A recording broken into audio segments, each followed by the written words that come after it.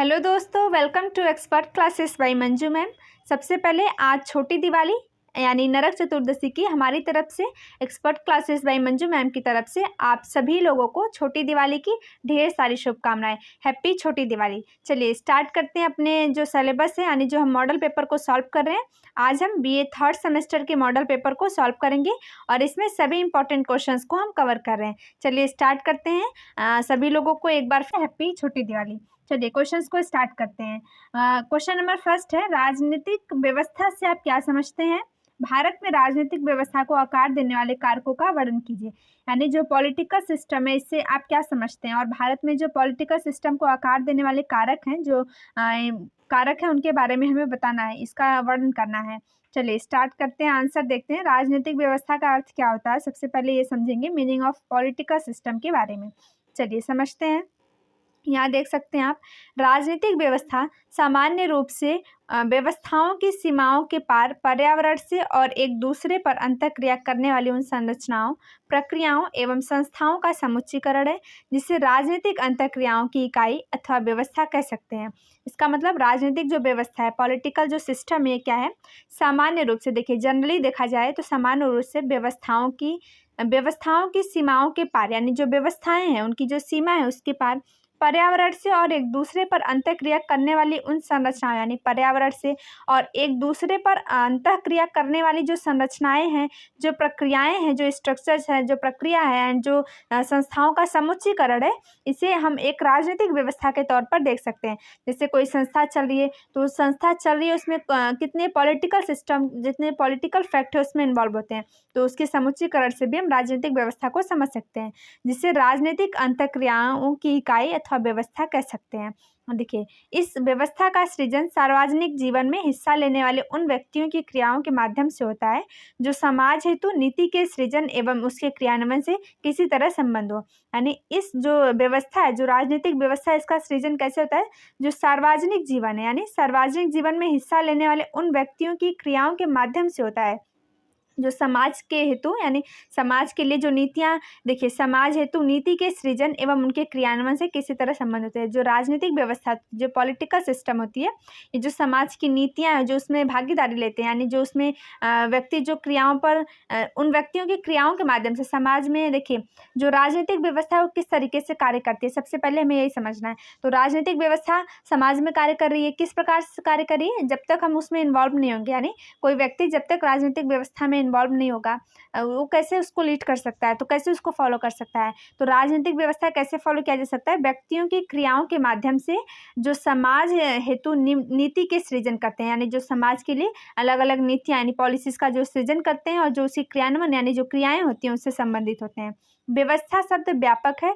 व्यवस्था का शब्द क्या होता है? व्यापक होता है, तथा उसमें सभी तरह की औपचारिक और अनौपचारिक प्रक्रियाएं, अंतःक्रियाएं, प्रकार्य, संरचनाएं, मूल्य, आचार इत्यादि आ जाते हैं। देखिए, राज व्यवस्था समाज व्यवस्था की उप व्यवस्था, यानी जो राज व्यवस्था है वो क्या है? समाज व्यवस्था की उप व्यवस्था है। डेविड ईस्टन के अनुसार, यानी डेविड ईस्टन ने क्या कहा है?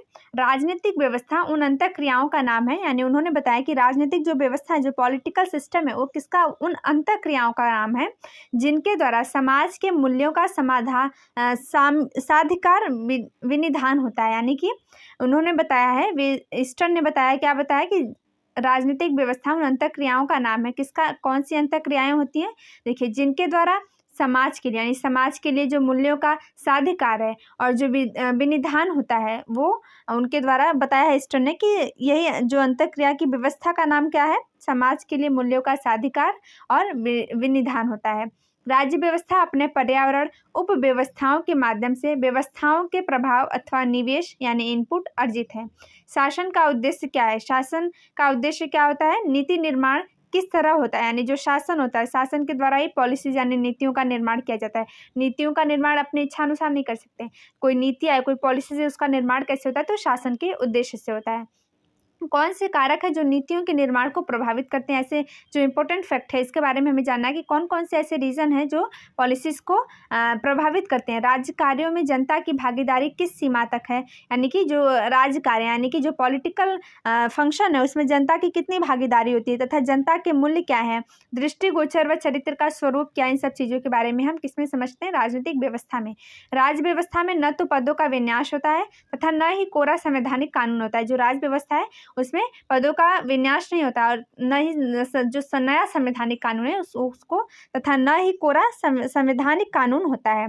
भारत की जो राजनीतिक प्रत्येक दिन नवीन मोड़ ले रही तथा प्रतिदिन नई आयाम, यानी जो भारत की राजनीति वो प्रत्येक दिन नई मोड़ ले रही, इसका मतलब प्रत्येक दिन मूव ऑन करे आगे। देखिए हमारी राजनीति पहले कैसी थी, यानी जो हमारी पॉलिटिकल सिस्टम थे कितना बदलाव, कितने चेंजेस आ रहे हैं, तो उसके बारे में बता रहा है कि हर दिन नया मोड़ ले रही है तथा उसमें राज्य व्यवस्था का स्वरूप भी अवश्य ही चमक रहा है, यानी कि जो राजनीतिक व्यवस्था है वो आगे बढ़ रही है तो उसमें जो राज्य व्यवस्था है उसका स्वरूप अलग से ही चमक दिखाई दे रही है।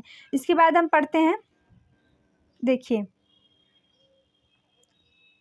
भारतीय राजनीति व्यवस्था को पढ़ेंगे। भारतीय राजनीति व्यवस्था क्या है, क्वेश्चन में पूछा गया था कि पहले राजनीतिक व्यवस्था को समझे, उसके बाद भारतीय राजनीति व्यवस्था को जो इम्पोर्टेंट फैक्ट है, इसके जो कारक है इसके बारे में समझाना है। देखिए यहाँ क्या है, यहाँ से देखते हैं, इस टाइपिंग मिस्टेक हो गई, यहाँ से देखते हैं। भारत में राजनीतिक व्यवस्था को आकार देने वाले कारक यानी factors shaping the political system in India, यानी जो फैक्टर्स है जो आकार देते हैं, शेपिंग करते हैं द पॉलिटिकल सिस्टम, राजनीतिक व्यवस्था का इन भारत में, यानी इंडिया इन भारत में। राजनीतिक समाज का संविधान से गहरा संबंध है। जो राजनीतिक है, जो राजनीति है यानी जो पॉलिटी है वो क्या है, समाज का देखिए जो राजनीति का समाज व संविधान से गहरा संबंध, यानी जो राजनीति है उसका समाज से भी और संविधान से भी किस प्रकार से संबंध है। अगर समाज नहीं होता तो राजनीति का क्या महत्व, अगर राजनीति अगर संविधान में नहीं लिखी होती तो उसका कोई वैल्यू नहीं होता, कोई महत्व नहीं होता। तो ये एक दूसरे से संबंधित है।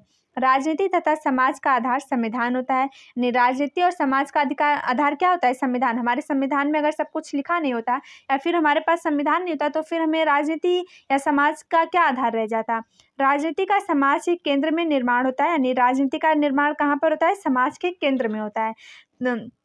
तदुपरांत उसी को प्रभावित करती है और ये समाज को ही प्रभावित करती है। समाज का आकार भी राजनीति को आधार प्रदान करता है, यानी जो समाज का आकार है वो किसको प्रदान करता है, राजनीति को आधार प्रदान करता है। समाज में विद्यमान सामाजिक, आर्थिक तथा राजनीतिक कारक राजनीतिक व्यवस्था के स्वरूप में काफ़ी सीमा तक निर्धारण करते हैं, यानी समाज की जो सामाजिक, आर्थिक और राजनीतिक कारण है वो राजनीतिक व्यवस्था को काफ़ी सीमा तक क्या करते हैं, निर्धारण करते हैं। भारत में राजनीतिक व्यवस्था को आकार देने वाले निम्नलिखित कारक है। देखिए हम कारकों के बारे में पढ़ेंगे, कौन कौन से कारक है। ऐसे कारक जो नीतियों के निर्माण को प्रभावित किया करते हैं। राज्य कार्यों में जनता की भागीदारी किस सीमा तक है तथा जनता के मूल्य, दृष्टिकोण व चरित्र का स्वरूप क्या है। राज्य व्यवस्था में न तो पदों का विन्यास होता है तथा न ही कोरा संविधान होता है। चलिए हम देखते हैं कि जो हमारे इम्पोर्टेंट फैक्ट हैं वो कौन कौन से हैं। एक मिनट, जो आकार देने वाले निम्नलिखित कारक कौन से हैं, यानी राजनीतिक व्यवस्था को आकार देने वाले जो निम्नलिखित कारक है वो कौन से। देखिए संविधान की प्रस्तावना, ये मोस्ट इंपॉर्टेंट है। जो प्रीएम्बस ऑफ द कॉन्स्टिट्यूशन है ये क्या इंपॉर्टेंट है, जो प्रस्तावना है, प्रस्तावना के जो संविधान की प्रस्तावना, ये क्या कहते हैं। देखिए प्रस्तावना को सबसे पहले उद्देशिका के नाम से जाना जाता था, इसको जवाहरलाल नेहरू ने पेश किया था और यही जो उद्देशिका है आज की प्रस्तावना का पार्ट है। तो अगर हमें अपने भारत के संविधान को समझना है तो हमारा कर्तव्य, यानी अगर हमें पूरे इंडिया के कॉन्स्टिट्यूशन को समझना है कि भारत का संविधान कैसा है, कैसी नीतियाँ उसमें, तो हमें प्रस्तावना पढ़ने मात्र से भारत का जो पूरा संविधान है वो समझ में आता है। यानी प्रीएम्बस एक ऐसा जो नोट्स है कि हमें प्रीएम्बस पढ़ने से ही पता चल जाता है कि भारतीय संविधान कैसा है, इंडियन कॉन्स्टिट्यूशन कैसा है, उसमें कैसी नीतियाँ हैं, क्या व्यवस्थाएं हैं, इससे समझ में आ जाता है। जो सेकंड कारक है वो क्या है, एकीकरण की समस्या। एकीकरण यानी प्रॉब्लम ऑफ नेशनल इंटीग्रेशन। जो एकीकरण की समस्या है वो भी एक मेन कारण है। भारतीय संविधान एक मेन कारण है, यानी जो भारतीय संविधान ये एक कारक है। भारत का अगर संविधान नहीं होता तो राजनीतिक व्यवस्था या सामाजिक व्यवस्था क्या काम की होती। क्षेत्रीयता भी एक कारण है। धर्म यानी रिलीजन भी एक कारण है। जाति यानी कास्ट भी एक कारण है। आधुनिकीकरण भी कारण है। सांस्कृतिक भी कारण है। कृषि एवं उद्योग भी क्या करते हैं, जो राजनीतिक व्यवस्था है उसमें अपना योगदान निभाते हैं। ये एक इंपॉर्टेंट फैक्टर है। और 10वां क्या है, औद्योगिक विकास यानी इंडस्ट्रियल डेवलपमेंट भी एक कारक के रूप में। और आर्थिक सुधार जो इकोनॉमिक रिफॉर्म्स है ये भी राजनीतिक व्यवस्था के जो कारक हैं, ये राजनीतिक व्यवस्था को प्रभावित करते हैं। कौन कौन से? जैसे आर्थिक सुधार भी प्रभावित करेगा, औद्योगिक विकास भी यानी इंडस्ट्रियल डेवलपमेंट भी करेगा, कृषि एवं उद्योग एग्रीकल्चर एंड इंडस्ट्री भी करेगा, जो संस्कृति है देश की वो भी करेगी, आधुनिकरण भी करती है, जाति धर्म ये सभी जो इम्पोर्टेंट फैक्टर्स हैं यानी जो ये मेन कारण है राजनीतिक व्यवस्था को, जो समाज की जो राजनीतिक व्यवस्था है इसमें जो इम्पोर्टेंट कारण रहे हैं वो ये सब रहे हैं। उसके बाद देखते हैं नेक्स्ट क्वेश्चन है क्वेश्चन नंबर 2। सबसे पहले देखिए आपको समझ में आना चाहिए राजनीतिक व्यवस्था क्या है और उसको जो फैक्टर कौन कौन से, इसके जो कारण कौन कौन से हैं, कारकों के बारे में हमने बात किया। क्वेश्चन नंबर 2 देखते हैं, भारतीय संघीय व्यवस्था के प्रमुख कारकों का वर्णन कीजिए। भारत की जो संघीय व्यवस्था है, जो फेडरल सिस्टम है भारत में, इसके प्रमुख कारण कौन कौन से हैं? तो फेडरल सिस्टम के प्रमुख कारण के बारे में पढ़ेंगे। उत्तर भारत की संघीय व्यवस्था के आधारभूत कारक हैं यानी फंडामेंटल फैक्टर्स और फेडरल सिस्टम इन इंडिया। देखिए फेडरल सिस्टम के बारे में हम पढ़ते हैं, यहाँ दिया हुआ है, यहाँ देख सकते हैं। सत्ता की शक्तियों के विवरण एवं स्तरों के आधार पर स्वीकार की जाने वाली शासन प्रणाली ही संघवाद है। यानी संघवाद फेडरलिज्म क्या होता है कि सत्ता की शक्तियों के वितरण एवं स्तरों के आधार पर स्वीकार की जाने वाली शासन प्रणाली क्या होती है? संघवाद होती है। इस प्रणाली के तहत शासन का संचालन केंद्र व उसकी अनेक इकाइयों के द्वारा होता है। यानी शासन का संचालन किसके द्वारा होता है? केंद्र सरकार के द्वारा होता है और उसकी जो इकाइयाँ होती हैं उसके द्वारा होता है। संघीय शासन का निर्माण भी बहुधा 2 प्रकार से होता है। यानी जो संघीय शासन है फेडरल सिस्टम जो है इसका निर्माण 2 प्रकार से होता है। प्रथम क्या है? पूर्व में कोई संप्रभु इकाइयों का परस्पर एक हो जाना एवं द्वितीय एक बड़ी राजनीतिक इकाई को शासन की कार्यकुशलता की दृष्टि से विभिन्न इकाइयों में वर्गीकृत कर देना। पहला क्या है कि शुरू में यानी पूर्व में क्या होता है कि संप्रभु इकाइयों का परस्पर एक हो जाना, यानी जो इकाइयाँ हैं संप्रभु इकाइयाँ, संप्रभु क्या होता है कि जो अपने डिसीजन है यानी जैसे इंडिया का डिसीजन है वो इंडिया खुद इतना, इंडिया के पास ये संप्रभु है कि वो अपने डिसीजन को चाहे आंतरिक मामले हो या बाहरी मामले हो वो अपने डिसीजन को स्वयं ले सकते हैं। तो संप्रभु इकाइयों का परस्पर एक हो जाना एक तो ये मेन कारण है, और दूसरा क्या है कि एक बड़ी राजनीतिक इकाइयों को शासन की कार्यकुशलता की दृष्टि से विभिन्न इकाइयों में वर्गीकृत कर देना। देखिए प्रथम प्रक्रिया का सर्व प्रमुख उदाहरण है अमेरिका है, जबकि दूसरी प्रक्रिया भारत है। यानी कि जो प्रथम प्रक्रिया का उदाहरण कौन सा है? अमेरिका है, यूएसए, एंड दूसरी जो प्रक्रिया उसका उदाहरण कौन सा है? भारत है। आज अमेरिका, ऑस्ट्रेलिया, स्विट्जरलैंड, रूस, कनाडा व भारत जैसे देश सफल संघीय देशों में गिने जाते हैं। यानी कि सफल संघीय देशों में कौन कौन से देश गिने जाते हैं? सफल संघीय देश हैं। देखिए अमेरिका है, ऑस्ट्रेलिया है, स्विट्जरलैंड है, रूस है, कनाडा है और भारत है। उसके बाद देखते हैं, देखिए भारत के संविधान के अंतर्गत संघीय शासन की स्थापना की गई है। यानी संघीय शासन की स्थापना किसके अंतर्गत की गई है? फेडरल सिस्टम की स्थापना की गई है, संविधान के अंतर्गत की गई है। यद्यपि संघवाद की जगह पर राज्यों का संघ शब्द का उपयोग हुआ है, लेकिन जो कानून है जो अपने संविधान है उसमें संघवाद की जगह पर कौन से शब्द का प्रयोग किया गया है? राज्यों का संघ। संविधान पारित होने पर भारत में एक केंद्रीय सत्ता तथा 14 राज्यों अथवा प्रांतों की सत्ता स्थापित कर संघीय ढांचे को मूर्त रूप प्रदान किया है। उसके बाद देखते हैं वर्तमान समय में भारत में 28 राज्य एवं 8 केंद्र शासित प्रदेश है। तो इसके बारे में हम क्या समझेंगे? भारतीय संघीय व्यवस्था के जो प्रमुख कारण हैं इनके बारे में हम पढ़ेंगे, व्यवस्था क्या होती है। उसके बाद हम पढ़ेंगे इसके जो इंपॉर्टेंट फैक्टर्स हैं, जो इसके कारक है महत्वपूर्ण, उसके बारे में देखिए main factors of Indian federal system के बारे में पढ़ेंगे। पहला क्या है? संविधान की सर्वोच्चता, यानी जो संघात्मक शासन व्यवस्था होती है। जैसे भारत में संघवाद यानी भारत कैसा है? फेडरलिज्म है। भारत में कौन से जो सिस्टम चलती है वो फेडरलिस्ट सिस्टम चलती है, यानी संघवाद जो शासन है वो चलता है। तो इसमें क्या इंपॉर्टेंट कारक है? संविधान की सर्वोच्चता। इसमें क्या होती है? संघात्मक जो देश होते हैं उसमें संविधान की सर्वोच्चता होती है, यानी सुप्रीमेसी ऑफ द कॉन्स्टिट्यूशन। जो कॉन्स्टिट्यूशन यानी संविधान है इसकी सर्वोच्चता होती है, संविधान से बढ़कर और कुछ नहीं होता है। यानी अपने देश में सबसे बड़ा कौन है? तो संविधान सबसे बड़ा है। देखिए भारतीय संघवाद के तहत संविधान की सर्वोच्चता की स्थापना की गई, यानी भारतीय संघवाद देख लीजिए इंडियन फेडरलिज्म के तहत क्या हुआ था? भारतीय संविधान की सर्वोच्चता की स्थापना की गई थी। केंद्र व राज्य दोनों ही संविधान से ही स्वयं की शक्ति ग्रहण करते हैं, यानी चाहे केंद्र की बात करें या राज्य की बात करें दोनों किससे शक्तियाँ ग्रहण करते हैं? तो संविधान से ही ग्रहण करते हैं। संविधान में केंद्रों के लिए और राज्यों के लिए अलग अलग शक्तियों का वर्णन दिया गया है। अमेरिकी संघवाद के विपरीत भारतीय विविधता की वजह से ही पूरे देश के लिए एकमात्र ही संविधान की व्यवस्था की गई है। यानी कि देखिए अमेरिकी संघवाद के विपरीत यानी अमेरिका के संविधान में भारत जैसा जो है वो व्यवस्था नहीं किया गया है। तो इसलिए बताया जा रहा है कि अमेरिकी संघवाद के विपरीत भारतीय विविधता की वजह से ही पूरे देश के लिए मात्र एक ही संविधान की व्यवस्था की गई है।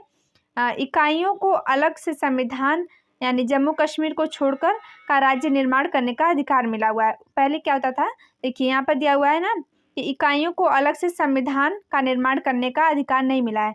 यानी कि जो जैसे भारत की कई इकाई का मतलब क्या हो गया, अलग अलग जो स्टेट हो गए, जो केंद्र हो गए, जो यानी कि यूनियन टेरिटरी हो गई अपने देश में, जैसे 8 केंद्र शासित प्रदेश और 28 राज्य हैं। तो जो राज्य हैं वो अपने निर्माण अपने राज्य में यानी कि जो संविधान है उसी के आधार पर कार्य करेंगे। राज्य का जो अलग से संविधान का निर्माण नहीं कर सकते। ऐसा नहीं है कि भारत के जितने राज्य हैं उनमें अलग अलग संविधान हो या फिर अलग अलग संविधान के तरीके या उन राज्यों में अलग अलग संविधान जो दिया हुआ है तो राज्यों में अलग अलग रूल रेगुलेशन चलाए जा रहे हैं, ऐसा नहीं हो सकता है। क्योंकि भारत में जो संविधान है वो सर्वोच्च है, चाहे केंद्र सरकार हो यानी केंद्र हो या फिर राज्य हो, दोनों जगह सबसे सर्वोपरि कौन होता है, तो संविधान होता है। कोई राज्य, यहाँ पर लिखा हुआ है ना कि देखिए यहाँ लिखा हुआ है कि इकाइयों को अलग से संविधान बनाने का यानी संविधान निर्माण करने का अधिकार नहीं मिला हुआ है राज्य जम्मू कश्मीर को छोड़कर। जम्मू कश्मीर को क्यों छोड़ा गया, क्योंकि जम्मू कश्मीर आर्टिकल नंबर 370 धारा, देखिए धारा 370 के बारे में आप सभी ने सुना होगा। जो धारा 370 है इसके तहत जम्मू कश्मीर को विशेष दर्जा दिया गया था। और इसके बाद बात करते हैं कि जो दूसरा इंपॉर्टेंट कारण है वो क्या है, राज्यपाल का पद, यानी कि राज्यपाल का पद होता है। राज्यपाल का पद क्या होता है, यानी गवर्नरशिप होता है। राज्यपाल भारतीय संघ व्यवस्था का एक विशेष अंग, यानी जो भारतीय संघ व्यवस्था है इसका विशेष अंग कौन होता है, तो राज्यपाल होता है। राज्यपाल केंद्र के माध्यम से नियुक्त होकर राज्य में केंद्र के प्रतिनिधि के रूप में कार्य करता है। यानी राज्यपाल को कौन नियुक्ति करता है, तो केंद्र सरकार, यानी कि राज्यपाल की नियुक्ति केंद्र के द्वारा होती है, केंद्र सरकार के माध्यम से होती है। और वो क्या करता है, राज्य में, देखिए राज्यपाल राज्य के लिए होता है लेकिन उसकी नियुक्ति केंद्र सरकार के द्वारा होती है। तो क्या कर रहा है, राज्य में केंद्र के प्रतिनिधि के रूप में, यानी राज्य में कार्य करता है लेकिन किसके प्रतिनिधि बनकर के, केंद्र के प्रतिनिधि के रूप में कार्य करता है राज्यपाल। देखिए हालांकि व्यवहारिक अनुभव के आधार पर राज्यपाल का पद केंद्र एवं राज्यों के बीच विवाद का सर्वश्रेष्ठ मुद्दा बन गया है, किंतु केंद्र राज्य संघर्ष के रूप में उसकी स्वयं की उपयोगिता है। देखिए एकल नागरिकता यानी फेडरलिज्म जो सिस्टम है संघवाद में, कौन सी नागरिकता है, तो एकल नागरिकता है। अपने देश में दोहरी नागरिकता का प्रावधान नहीं है। जैसे अमेरिका जैसी कंट्री हो गई वहाँ पर दोहरी नागरिकता चलती है। दोहरी नागरिकता, एकल नागरिकता का मतलब क्या होता है, यदि आप भारत में रह रहे हो चाहे किसी भी स्टेट में रह रहे हो आपको केवल भारत की नागरिकता प्राप्त करनी होगी। और जो दोहरी नागरिकता होती है क्या होती है, जैसे अमेरिका में जो अमेरिका के लोग रह रहे हैं, एक तो उन्हें अमेरिका का नागरिकता लेना होगा, एक वो जिस स्टेट में, अमेरिका के जिस स्टेट में रह रहे हो उसकी नागरिकता, यानी वहाँ पर 2 नागरिकता लेनी पड़ती है। चलिए एकल नागरिकता के बारे में पढ़ते हैं। सिंगल सिटीजनशिप क्या होता है, सिंगल सिटीजनशिप भारतीय संघवाद में पारस्परिक संघीय व्यवस्था के विपरीत पूरे देश के लिए एकल नागरिकता का ही प्रावधान है। यानी जो भारतीय संघवाद में क्या है, पारस्परिक संघीय व्यवस्था के विपरीत पूरे देश में एकल नागरिकता का प्रावधान है। ऐसा भारत की विशाल बहुलता के कारण भावी विखंडनकारी संभावना को रोकने हेतु किया गया था। और निष्पक्ष एवं स्वतंत्र न्यायपालिका, फेडरलिस्ट सिस्टम जो है संघवाद जो होता है वहाँ पर क्या होता है, निष्पक्ष एवं स्वतंत्र न्यायपालिका, फेयर एंड इंडिपेंडेंट जुडिशरी होती है। किसी भी संघीय व्यवस्था हेतु एक निष्पक्ष तथा स्वतंत्र न्यायपालिका का होना बहुत ही आवश्यक, यानी स्वतंत्र न्यायपालिका कैसी होनी चाहिए, स्वतंत्र होनी चाहिए और निष्पक्ष यानी फेयर होनी चाहिए। इसी से विधि का शासन स्थापित होता है। यानी विधि का शासन कैसे स्थापित होता है, न्यायपालिका के द्वारा स्थापित होता है। वह केंद्र एवं राज्यों के मध्य विवादों का संविधान के प्रावधानों के अनुसार हल हो सकता है। ऐसे कई अवसर भारत में आए जब न्यायपालिका ने राज्यों के मध्य एवं केंद्र व राज्यों के मध्य संवैधानिक स्थिति को स्पष्ट करके संघीय ढांचे की रक्षा की है। समस्त राज्यों के शीर्ष पर सर्वोच्च न्यायपालिका को पदस्थ किया गया। यानी न्यायपालिका जो है वो कैसी होनी चाहिए, निष्पक्ष होनी चाहिए और फेयर यानी निष्पक्ष और स्वतंत्र होनी चाहिए। उसके बाद जो नेक्स्ट जो इफेक्ट है वो क्या है, एकात्मकता का प्रभाव यानी इफेक्ट ऑफ यूनिटी। देखिए मोस्ट इंपॉर्टेंट है, एकात्मकता का प्रभुत्व क्या होना चाहिए, यानी यूनिटी जो इफेक्ट है यूनिटी का वो होना ही चाहिए। भारतीय संघीय व्यवस्था को मुख्यतः केंद्रीकृत यानी एकात्मक प्रभुत्व वाली व्यवस्था ही माना जा सकता है। भारत की एकता व अखंडता को सुरक्षित रखने हेतु केंद्र को दृढ़ बनाना स्वाभाविक ही था। यानी कि भारत की जो एकता है, जो अखंडता है, इसको सुरक्षित रखने के लिए सदियों तक ऐसी एकता अखंडता बनी रहे, इसके लिए क्या किया गया है कि केंद्र को दृढ़ बनाना स्वाभाविक ही था। हालांकि कुछ वामपंथ समर्थक, राजनीतिक समूह एवं विघटनकारी विचारधाराएं इस एकात्मक प्रवृत्ति का विरोध किया करती हैं।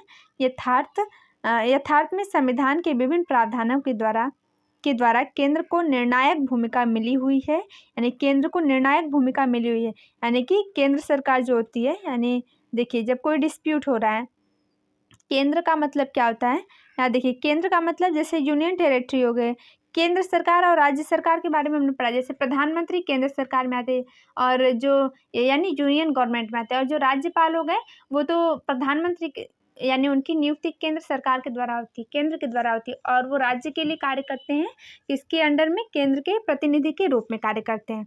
तो केंद्र और राज्य के बारे में हम देख रहे हैं। देखिए यहाँ पर क्या है, यथार्थ में संविधान में विभिन्न प्रावधानों के द्वारा केंद्र को निर्णायक भूमिका मिली हुई है।